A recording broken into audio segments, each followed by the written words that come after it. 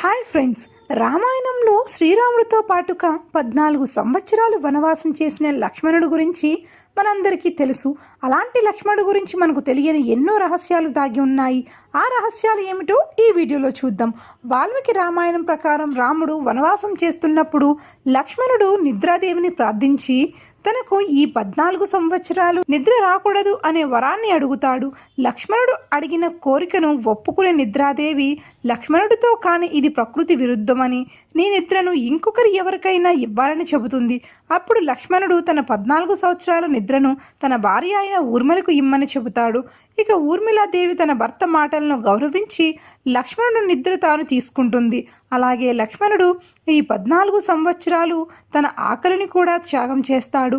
శ్రీరాముడు వనవాసం చేస్తున్నప్పుడు అనేక పండ్లను తెచ్చి లక్ష్మణుడికి తినమని ఇచ్చేవాడు. కానీ లక్ష్మణుడు రాముడికి తెలియకుండా ఆ పండ్లను తినకుండా ఒక చెట్టు